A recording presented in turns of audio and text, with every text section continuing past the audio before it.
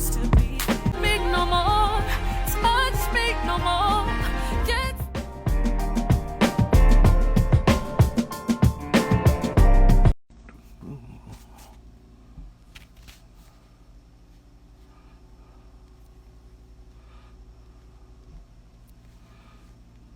What's going on, everybody?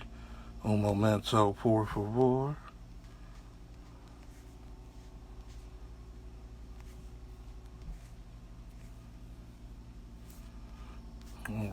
All right. Again, greetings and salutations, everybody. Hope everybody's feeling all right on this lovely Wednesday, hump day, and all that. You know how it go. Welcome to episode 4. Man, we coming along. Of Logic Lounge with Fleezy Jones, brought to you by Bam. Look at that. Block Legend 7. Yeah, you see it. Don't ask questions. Hit block DM. I am your boy Fleezy Jones. And as I said, this is episode 4. 4th episode in 1 year. It's pretty doggone good. And as always, I'm extremely excited about my guest today. This amazing woman who is about to join me on the lounge is, well, I said it is absolutely amazing. She wears many hats, as so far all of my guests have. But the main one is she is a singer and vocal coach, like extraordinaire vocal coach, which is pretty dope. She's been singing professionally since the age of 4.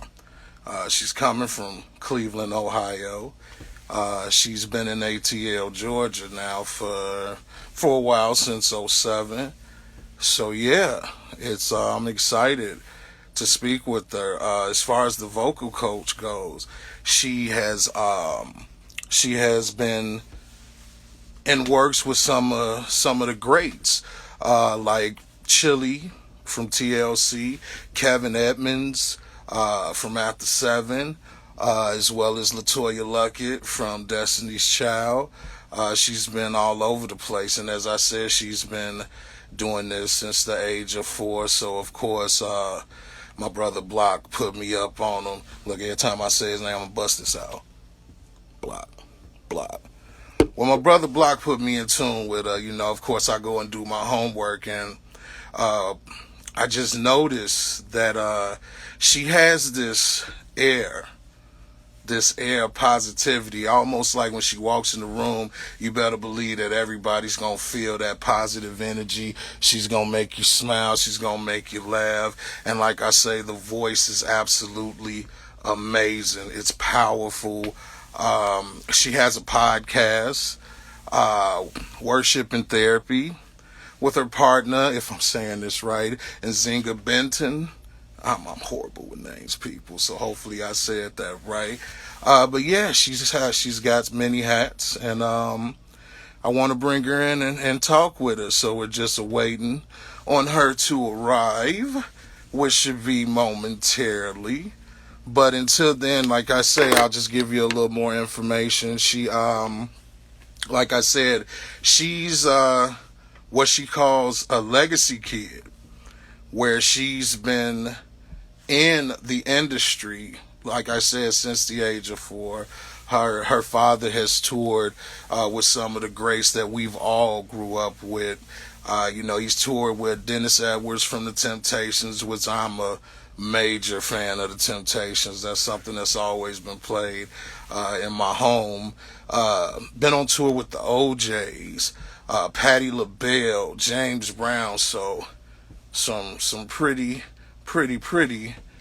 decent things going on. Let me see if I can reach out to her here. Un momento, people. Un momento. Let's see here. Boom. I have summoned her. So as I said, yeah, man, I want to pick her brain. I want to know a little about her, the person. Uh, just come on the lounge and lounge. Where you can relax and get to know the person outside of what they do and connect the two. Look like she's joined in, so I won't waste your time, guys. Without further ado, I'm gonna bring her up. 1 second. Korin, send me a request so I could pull you up, love. It's gonna be a definitely good one, as I said. Hopefully everybody's enjoying their hump day here. 1 second. There we go.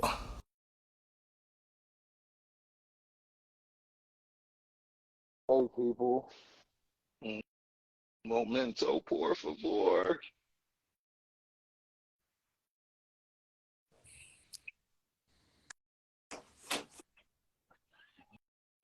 I can hear What's you. Can up? you Can hear you hear me? me? Yes. Welcome, welcome, welcome. I'm so glad to have you. I am, first of all, I'm always excited and honored anytime anybody wants to sit down and talk to me. Well, that's surprising because all I mean all the Well, thank accolades you you. got. Look, I'm the honored one. Like I said, I'm like starstruck in a way. Doing my homework. Oh What? man. Oh man. Man, I've just been out here, man. Just trying Well, to. like I said, thank you so much for coming on to the lounge today.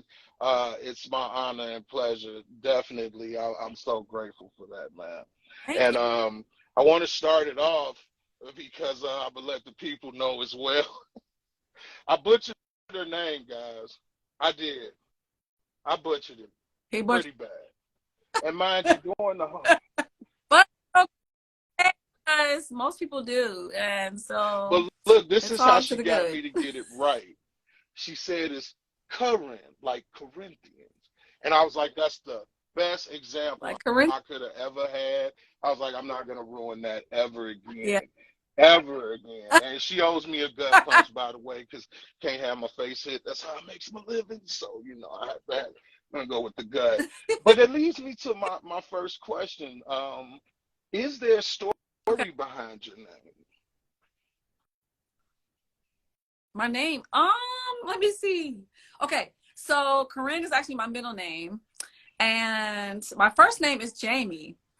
And so, like, I know Corinne. My mom told me that there was a show she used to watch, and when she was, I guess, when she was in the hospital having me, and she like really loved this show, and the lady's name in the show was Corinne, and so she so she was like, I'm going to name my daughter Corinne. Like, she wanted my first name to be Corinne, but my dad wanted my first name to be Jamie, which is All like the right. female version of James, because his name. So, yeah, I guess he trumped her. And my first name is Jamie, but Okay. I go by Corinne now. Okay, That's my that's middle name. dope. Yeah, that's So, dope. I knew it was something to it because that's a very unique name. Like I personally have never heard it before. So when I was getting my hand slapped and corrected, I was like, I wonder if there's a meaning behind that. So I had to like hurry up and jot that down on the little extra notes that I took there. So you have, first of all, you wear a lot of hats. A lot of hats which I do. I've been blessed to have.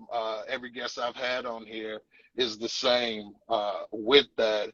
So going into singing, I understand that you are what you call a legacy kid, and you've been singing professionally Correct. since you were 4 years old. So that leads me to Correct. another question. Being as the first of all, Okay. your voice is extremely powerful. Like, oh, it's I don't Thank care you. if you made a song saying I went to the store to get a glass of milk, I would feel every bit of the lyrics because of your voice, and that's just the truth. Like, I'm not trying to like toot your horn, but beep beep, you know what I mean? Like, that is, you are absolutely powerful. So that leads me to wonder, did you develop a natural love for music, or was it instilled? It, I would say it was instilled before it was natural. You know what I mean?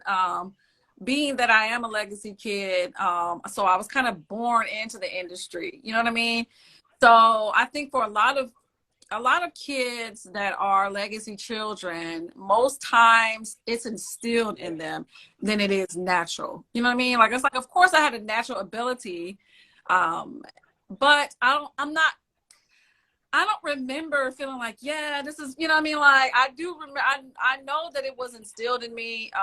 And then as I grew in it, I believe that's when I started to feel more, I guess, comfortable in, you know, in that space. When the more I started doing it and the older that I got, I think that's kind of maybe when it became more natural. Like, well, I mean, I am pretty gifted in this area. You know what I mean?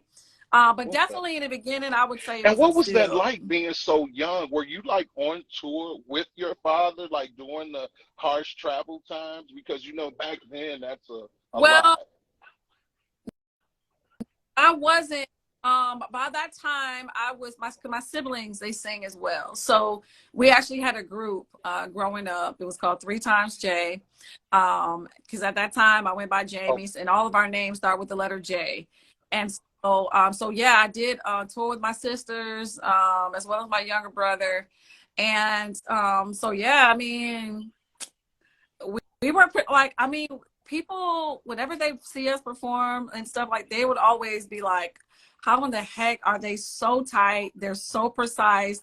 They're so clean. There's like, we were trained, like, we were very groomed, like I very can groomed. tell. People would ask, like, they would call him Joe Jackson. Like, how the heck are you getting them to do this? Not Joe Jackson.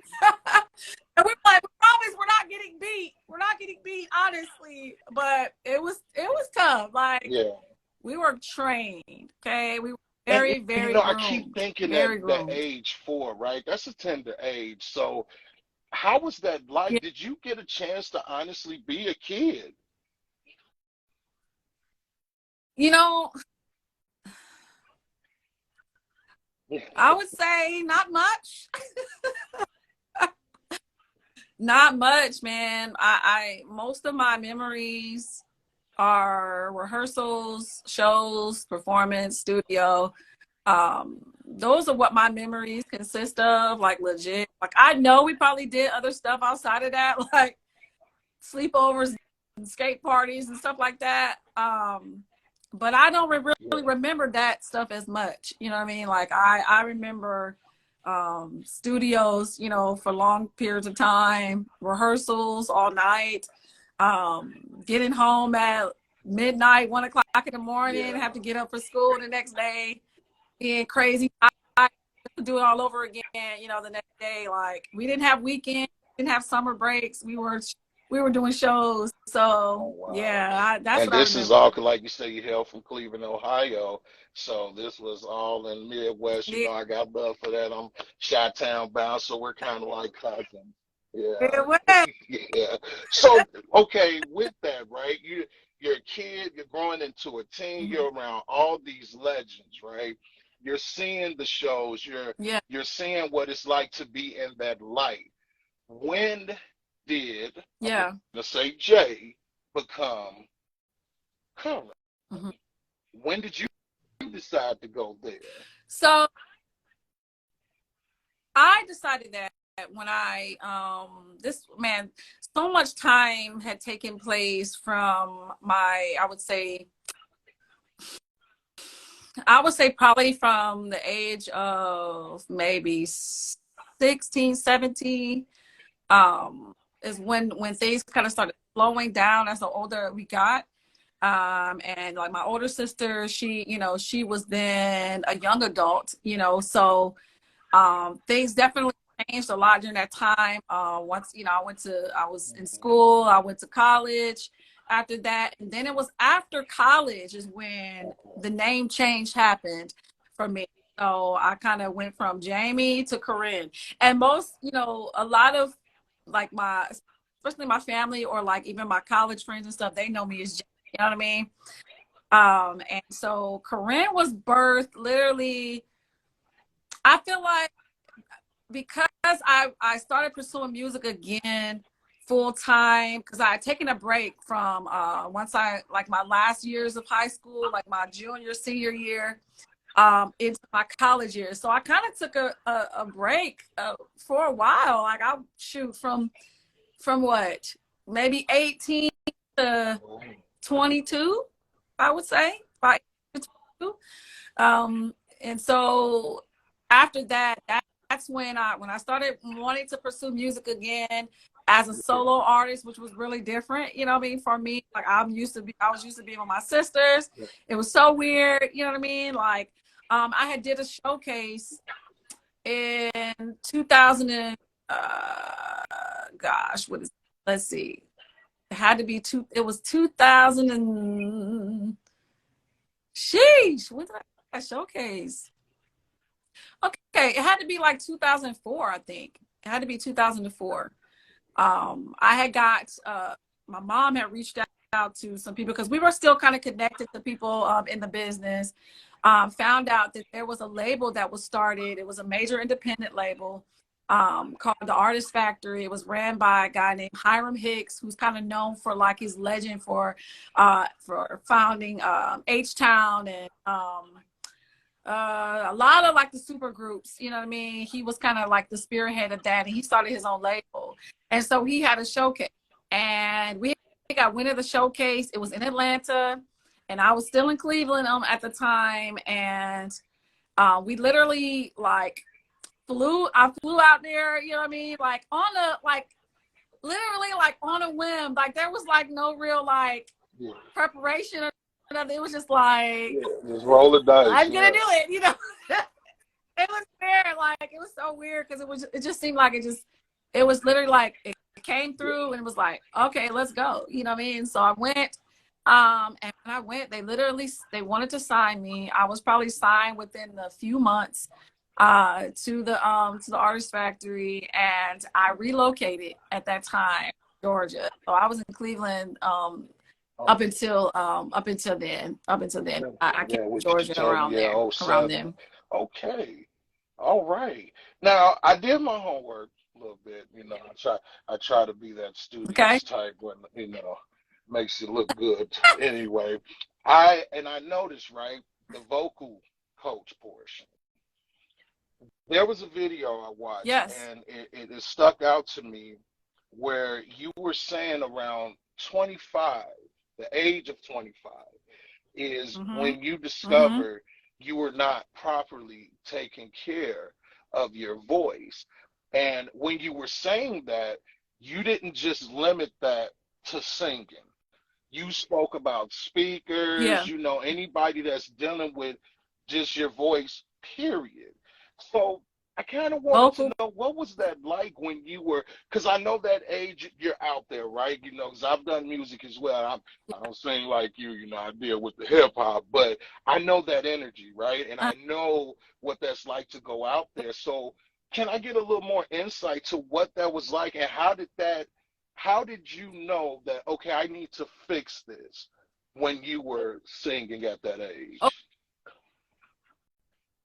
So I would say probably around the age of, I would say maybe 12. When I was like 12 years old, 12 or 13 years old, we were doing so many shows back to back to back. And I remember feeling pain in my throat. You know what I'm saying? Like I remember coming off stage sometimes and like telling my parents, like, I don't know, like this hurts, my throat hurts. I remember a throbbing feeling in my throat after shows and stuff. And like my parents were big more so on like the grooming aspect of performance, perfection, but they were not well versed in health, vocal health. You know what I mean? So even though I was like, I was going to them like, I'm in pain, I'm hurt, you know what I mean? It would just be like, Right. You drink get some some tea, honey or you know? something. I don't Yeah. know. Yeah. Right. It wasn't like, maybe there's an Yeah. issue, you know what I mean? Because I remember that, and I was in so much pain as a teenager singing. And so by the time I got to like the age of 25, this is like when I was signed to the label, and my as part of the label, I was Okay. a part of artist development. And so with artist development came a vocal coach. And so like it was crazy because I, even at that point at 25, I was in so much pain vocally.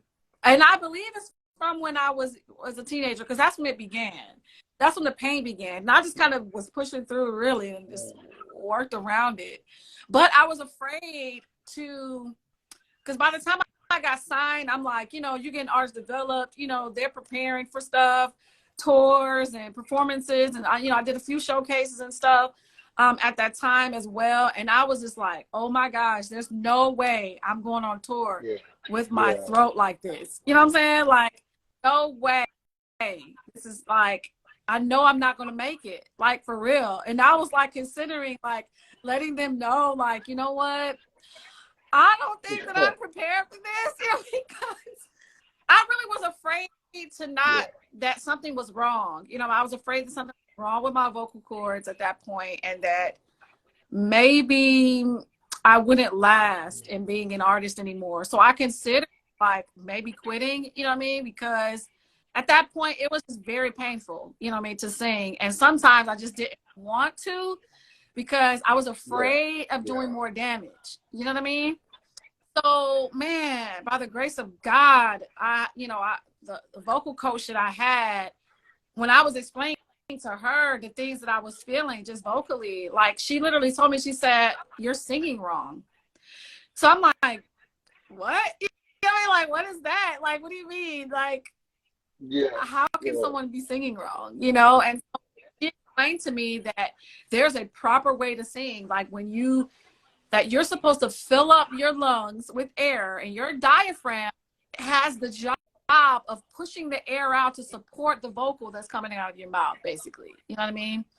And so like our bodies are so well designed, like that when she taught me the techniques of how I'm supposed to sing, when I tell you it was night and day, the feeling that I felt, like, especially when it comes to singing, it's more so of how you feel and what you sound like, okay? Because we can't see what's happening in our vocal cords, while we're singing, whatever. We can only feel and how it sounds, to someone.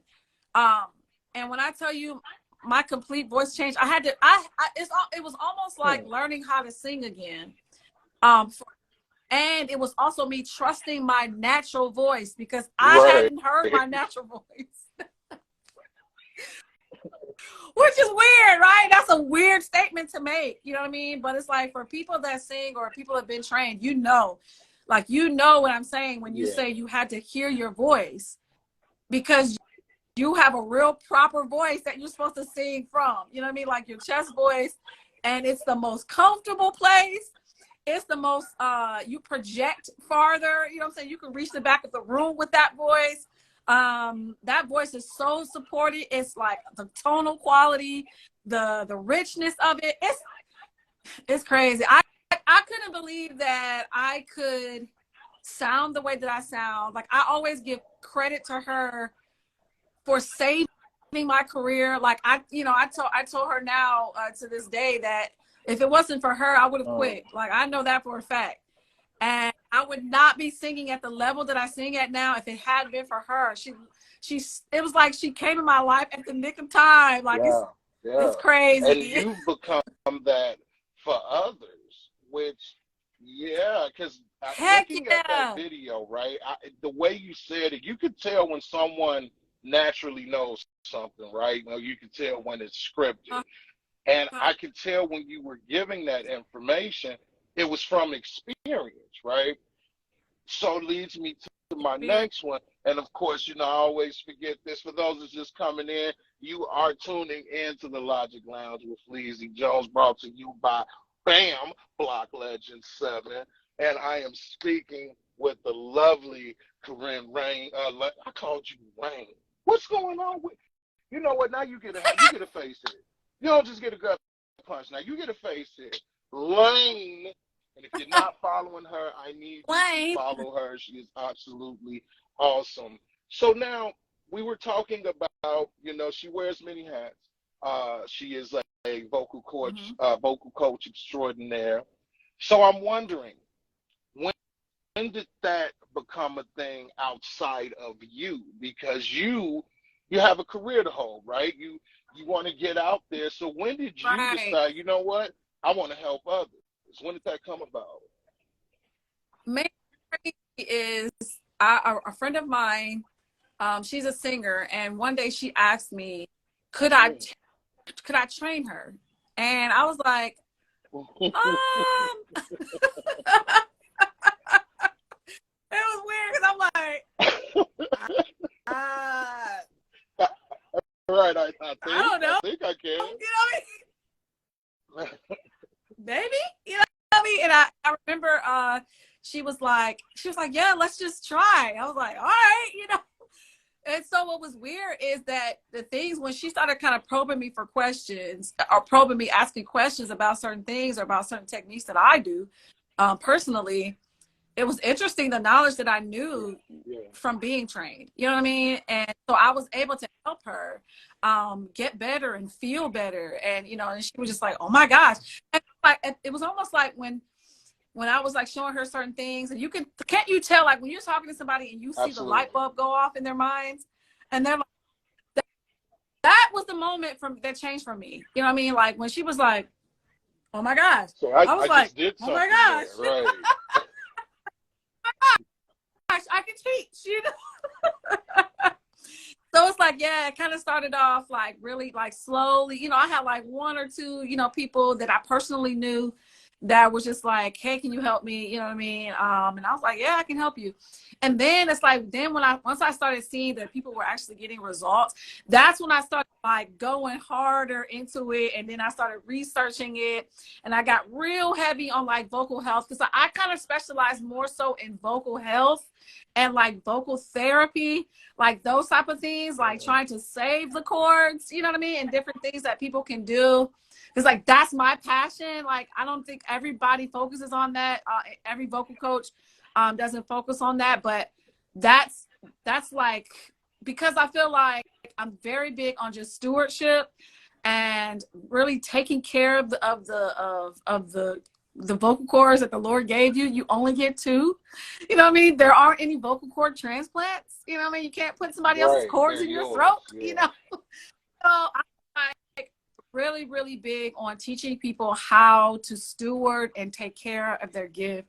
And that's in every area. From I coach rappers, public speakers, singers, of course, actors, like anything vocal, because you know what I mean? Especially like for somebody like even like you who has to, you talk for a living, you know what I'm saying? Like you're doing, so you're talking all the time, and people don't realize it because it's not on the forefront of your mind, because you just do it automatically. So nobody really thinks like, oh, there's actually a way to talk. You know what I mean? Like I should actually project my voice a certain way, or I should actually take air in and speak a certain way to make sure that I'm supported in my vocals, so that I'm not hoarse. I don't get vocal fatigue. Like all those, different things that can take you off of your, where you have to take a break because it's like, I can't talk right now. You know what I mean?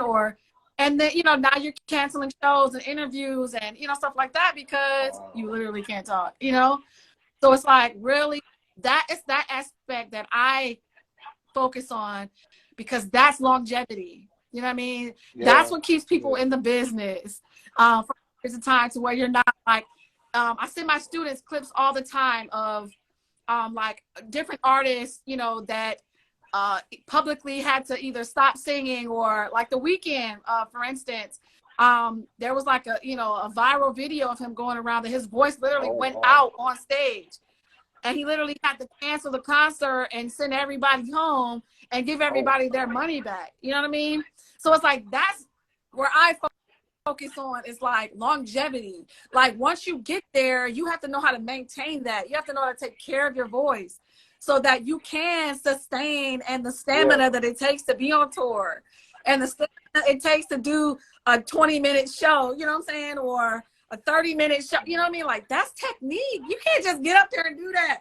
But people think they can, and it sucks, because it's like, no, they're very delicate, and they're And going that's to go so out, crazy to me, you know? because when you say that, it's like I'm trying to wrap my mind around that you're doing vocal training, period. I never even thought that, Period. even like I say, as a guy that does interviews and talk and does music as far as hip hop, I never worried about the stress of my voice, but at the same time, I know if I holler too much, I will become hoarse. And it's just funny that you would say that. So Yes. I have to ask, like, is there separation as far as like being a singer and just a person that's a motivational speaker as far as the vocal training?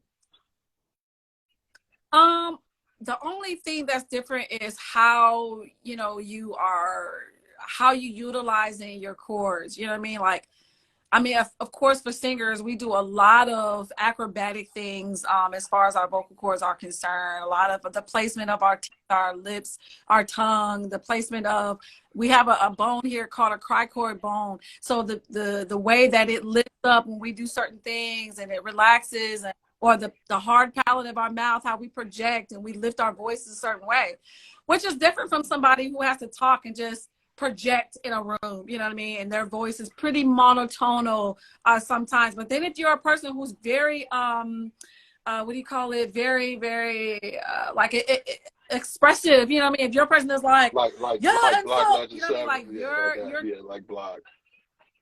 You know what I mean? Like, and then it's like, let's say if you're an artist and you're like, how, you know, because there's some artists that are less laid back in how they, you know, rap. But if you're like all over the place, that means you have to be diligent in your breath control, and it, you know, and you're making sure you're supporting your voice so that you can last in that show. You know what I mean? Especially when you're dealing with mics that don't sound well, you know what I mean? So now you're over singing and over projecting, trying to compensate for the sound in the room. Like, there are so many things, you know what I mean, that goes into this, that most people don't know they need to be trained until they're trained. And then they're like, oh my gosh, Yeah, I totally needed yeah. to be trained. It's an So absolute, it's mind-boggling, you know what I mean? I just had no idea. I thought it was limited. But that's amazing to know no. uh, that it goes for everybody. That goes for everybody. Oh yeah, Yeah. everybody needs a coach. Well, Everybody guess who's needs a gonna be coach, getting the like DM legit. later? We ain't gonna say no name. We gonna keep that under wrap. Yeah, I'm telling you, yeah, I'm I gonna got need you. it. And for those just coming in again, welcome to the Logic Lounge with Fleezy Jones. We are here with the lovely Korin Lane, and this is brought to you again by Bam Block Legend 7. No, you don't mean promos BM. is just ridiculous. But it's not about that. It's not about that. It's about KD Lane. You see what I did there? Just threw a nickname, KD Lane. Okay. So, in doing the homework again, right? I noticed you Mm-hmm.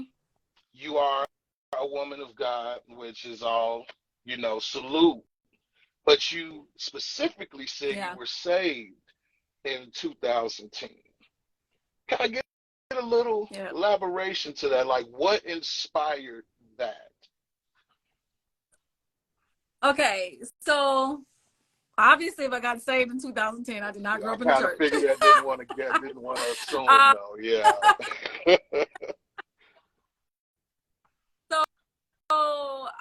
it was probably around 2010. Now, this was after I'm a solo artist at this point. I was signed to the label for 2 years. I gave the label 2 years, and in 2 years they had no vision for me, no direction. They were like all over the place. I didn't want to stay. You know what I mean? I was just like, yeah, I don't want to renew the contract. I just want to go. And throughout that process, I hooked up with producers, you know what I mean? and started songwriting. So I was songwriting after that time. And that's how I was working with a producer named Teddy Bishop. He's known for Tony Braxton hits and Letoya Luckett hits and who else? Next, and all kinds of artists. And so I kind of connected with him because he was brought in at the time when I was signed to the label to work on my album. And so when I didn't continue with the label, but I kept my relationships, so I started songwriting with him, and then a group of producers they were kind of up and coming at that time. And literally I was doing that. I was songwriting. So that's how I was songwriting for like Chilli of TLC. Letoya Luckett was a song wrote for Sharifa, who was signed to DTP at the time. Kevon Edmonds from After 7. A whole list of just up and coming artists at that time. And so it was probably like 2008. I had got an offer for a publishing deal. And so I was kind of like, I was like, cool. Cause I mean, as a songwriter, that's like the goal, I mean, that's almost like the end game, at that time. Now it's not like that much, just because social media can break anything and anyone, you know what I mean? But at that time, everyone on a publishing deal, like you get a deal publishing, now your world is kind of opened up to more and more opportunities to submit your records to a lot more artists. And so at that time, there was like, I was going into a deal with other producers, and I was the only songwriter part of the deal. And then the paperwork that was presented at the time, it just wasn't right. Like I felt it in my spirit. And this was in the time that, like, I knew God, and I was, but I wasn't living for God, but I wasn't like, living crazy or nothing. But I wasn't like full time, fully like give your life to the Lord type situation. But I knew in my spirit that this contract wasn't right. Like it was a great situation. It was gonna be with Fox King. This is when Jamie Foxx started his publishing company, and so like we were literally gonna be their first venture in the publishing world. You know what I mean? So it was like it was about to be the dopest deal, bro. And so, but when I was like reading through the contract, like the numbers that we had projected, that we had sat down, talked about with the team, not with like Jamie Foxx and them, but with the team of producers and stuff I was with, we sat down like, these are the numbers, these are the splits, everything. We was like, cool, let's do it, And then when the contract got to us, it was not what we talked about. So it's like when I went to, my the team or whatever, and I was like, yeah, these numbers, they're not what we discussed, and they were just like, yeah, it's cool, just sign it, we'll fix that later. And I was like, no, we're not. This is my publishing, like this is my livelihood, this is what my children's children will eat from, And I was not at peace, bro. I wasn't at peace about it. And so I had talked to them, and I was like, yo, I would be more interested in doing a deal on my own. You know what I mean? So, I asked at that time, I'm like, is that an option? You know what I mean? Because I was the only songwriter, and they were signing them on the strength of me as the songwriter. You know what I mean? So I think that if I pull away from the deal, they'll be able to just do a separate deal with me. You know what I mean? But I pulled away from this deal, bro, and everything went down to come on. Oh wow. To hell, okay? It was like everything and everyone, our team dismantled. And it was just a very, very interesting time in my life. Like, I've been pursuing music and I would say fame and the accolades and the whatever an artist, a person would want and desire from what they do and what they're doing since they were a child up until that point. I was kind of at a place where I was like, you know what? I don't want to do this anymore. You know what I mean? Like, I was like, I'm kind of done. I was burned out. I was like, yeah, I don't want to do this. Like this. Yeah. So I was literally at the point where I was like, I'm done with this. I'm done with the industry. I'm done with music. I'm just about to just go live, you know, a lot. Because as well, I'm also a degree biologist, you know what I'm saying, as well. So when I was in college, I majored in pre-med biology.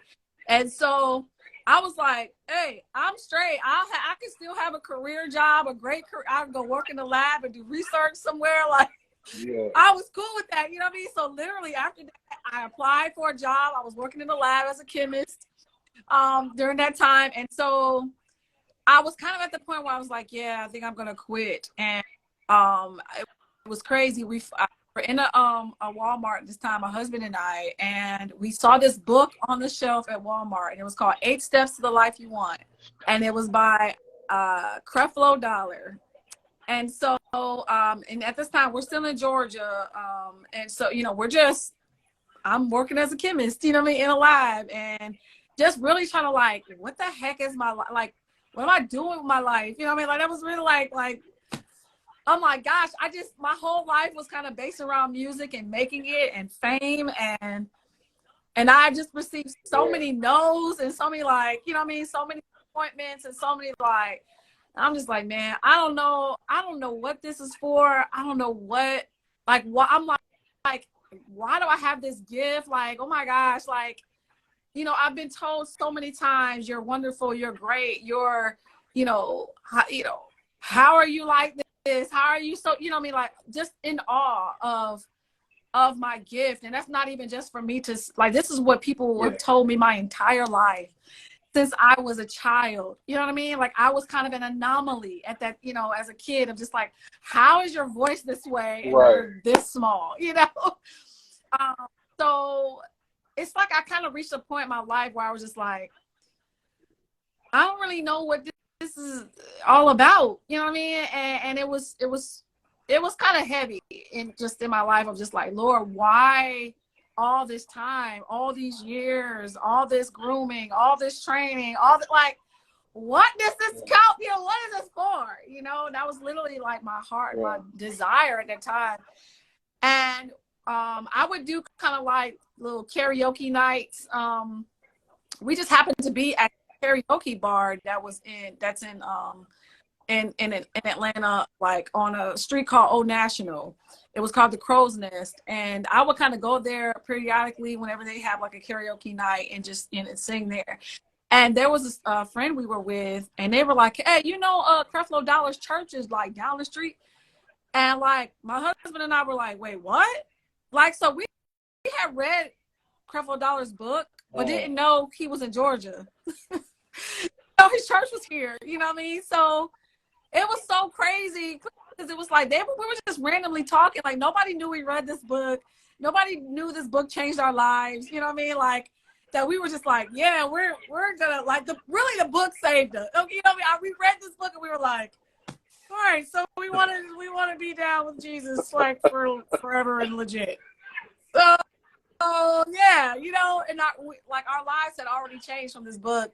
And when we found out his church was here, we were just like, oh my gosh, I cannot believe this man's church is here. Like, it literally blew our minds because it was so random. It was so out of the blue. They were just like, yeah, because he's, you know, of course he's a mega pastor, mega church, you know. So obviously people talk about him all the time, but we didn't know that. You know what I mean? We were just like, oh my gosh, you know. So we end up going to this was like on a Saturday. We went to church on Sunday morning. Like, that was like our first, you know, time going to church. And when I tell you, we hadn't turned back since. Like, when we got to that church, we jumped in, we started serving. Like, I literally served in their teen ministry as a worship leader for like 10 years, you know what I mean? And then I went to the main campus for like the last 3 years as one of the main worship leaders there. But it was so weird because it was literally like a 180. Like, there was really no like time in between. The Lord was just like, and okay, and here you go. You know what I mean? Like, it was legit. Blew our minds. You know what I'm saying? Like, it was legit a 180 type situation, you know, to where it was tough for me to make the transition and being I always say mainstream mainstream as opposed to secular. I hate the Yeah. word secular. I really do. With a passion. So I always say mainstream. Like, it was tough to make the transition from being a mainstream artist to where the audience is praising you. You know what I mean? And their hands are clapping for you. And you know, even making the transition of pointing outward to pointing upward, it was so weird. And I remember having a conversation with the Lord. I told him, I said, if I do this, you're going to have to train me. So I literally asked the Holy Spirit to train me, and I spent so many nights, so many hours in the closet. You know what I mean? Like literally dialoguing with the Lord, and He literally trained me how to be a worship leader. Like I had no examples, you know what I'm saying, of like what it looks like, what to do, how to do it, what to say, how to say it, you know. But like he legit trained me, you know what I mean, to be a worship leader. And in that time is where he revealed to me the why. You know what I mean? Like, this is why you've been preserved this way. This is why you've been groomed and you've been trained to perfection so that you can represent me to the world the way I was intended to be presented. You know what I mean? Like with the excellence of how mainstream presents themselves is how he wanted me to be trained in that level of excellence to present him in that light. You know what I mean? In that way. Like, so it's like that's the point where I understood the why. Like, I asked so many times, like, Lord, why? Like, Lord, how? Like, I don't understand. Like, I need to know. Like, you know what I mean? Because when you grow up like me and you've been trained like me, and everything, and all roads pointed to fame, and all roads pointed to there's no way we're not going to make it. Like, I have been in front of everybody you can name, you know what I'm saying, that could have penciled any deal for me. You know what I mean? That could have created opportunities for me. Like, these are the people that I've, you know, been in front of, and it was never the case. Like, to the point where it was like, I am convinced at this point that I have been preserved, I have been hidden, you know what I mean? Like, because there is just no freaking way that I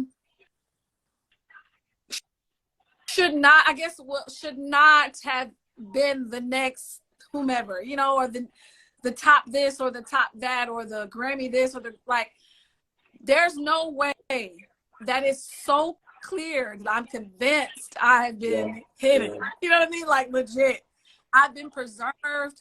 You know, people don't even believe my age. You know what I mean? If I tell them, you know, they're like, yeah, right, let me see your ID. I'm like, who wants to lie about being older? You know?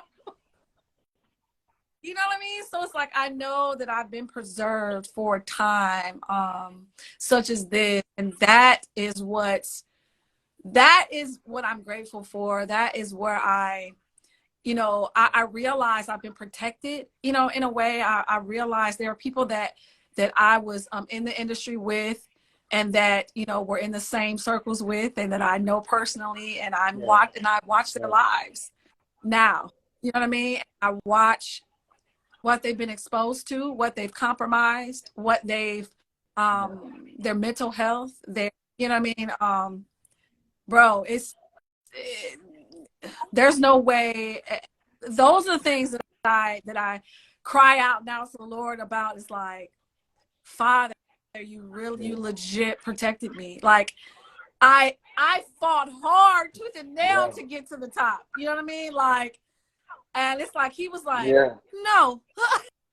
You know, and I'm shutting the door. And now, door shut.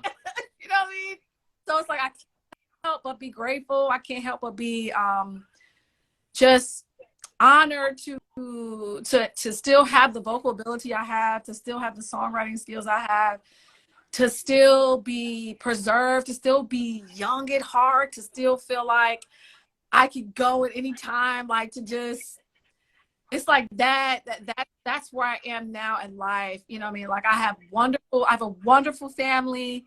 I have beautiful children. My children are super uber talented. Awesome. Freaking mind blowing. You know what I mean? Like, I'm like, oh Lord, okay.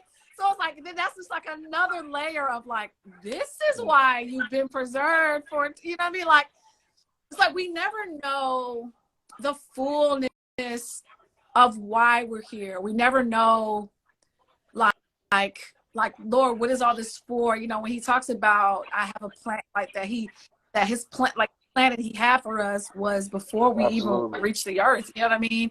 But it's times along the way, we think we know what the plan is because maybe we've made certain choices or maybe we've taken certain routes.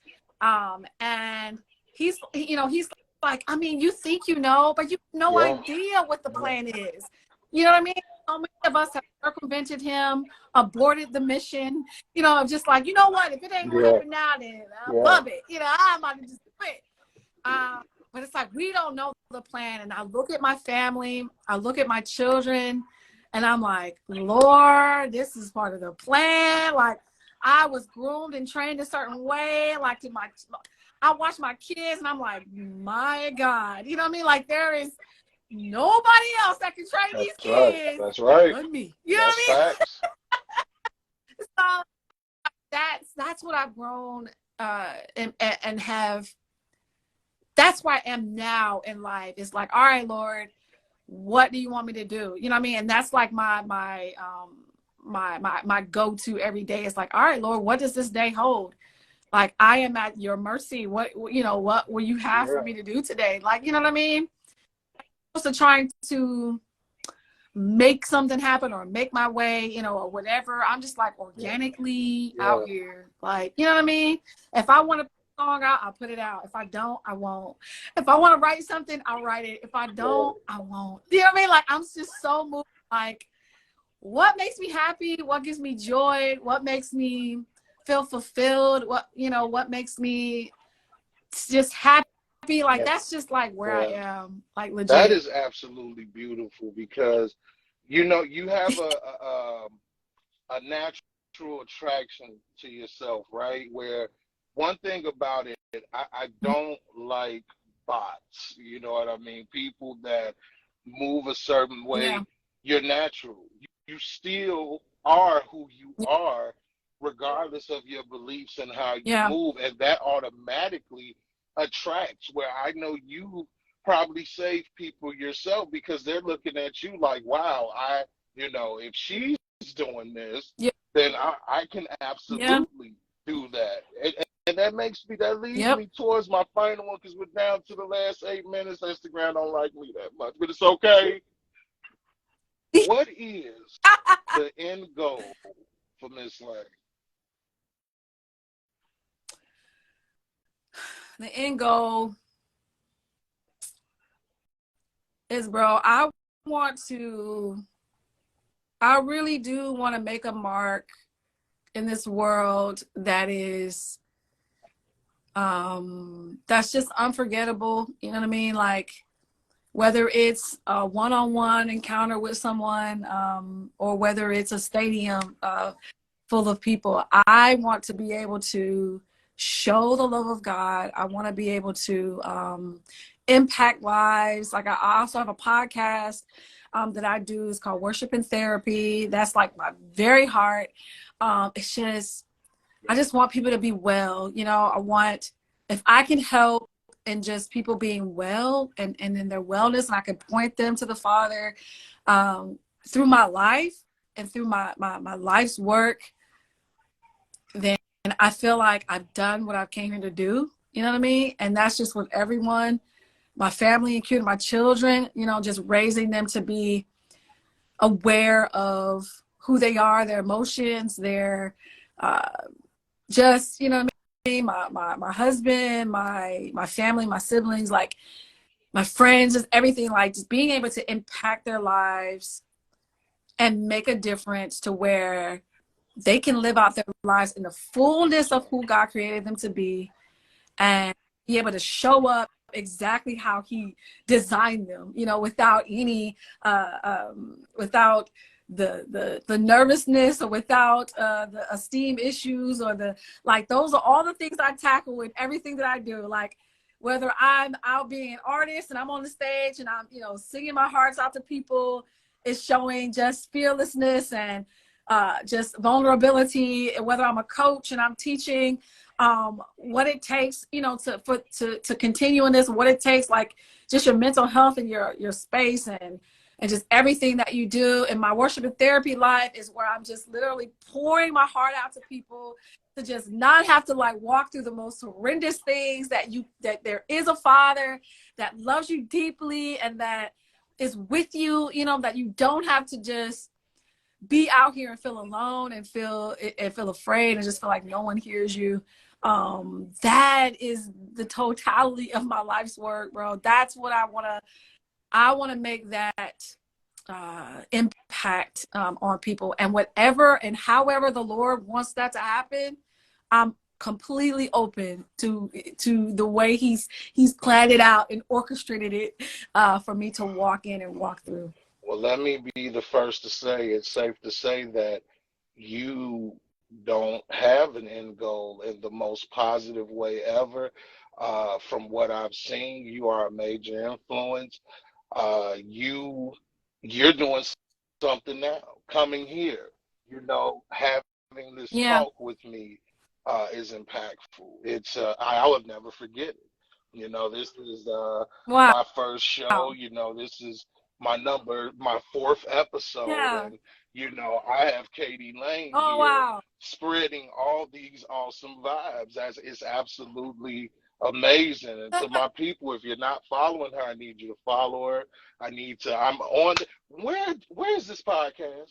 I'm just gonna go ahead and get hit in the face now. Where is it? Yeah,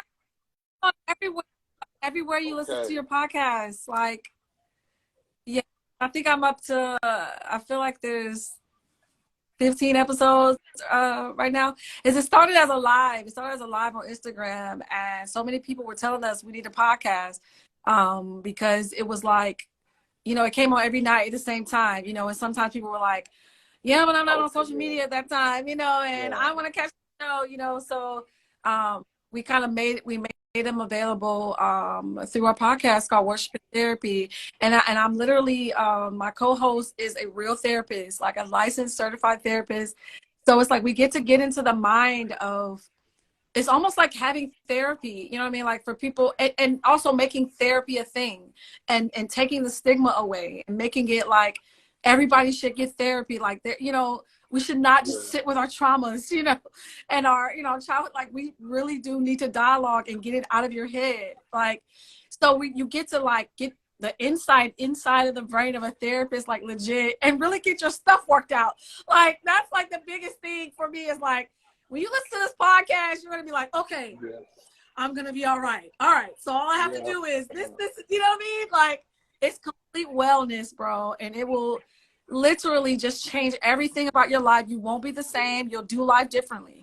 Because once you see that there are tools for things and that you really can manage your mental health and you really can have a very vibrant life, you know what I mean? Even though you've dealt with things and walked through things, like plenty of people deal with trauma. Like, we all have come from craziness, but it's like, if I know that there's actually like a way to do this, my God, like that, you know what I mean? Like, that's like a saving grace. Like, okay, there's a way. Okay, cool.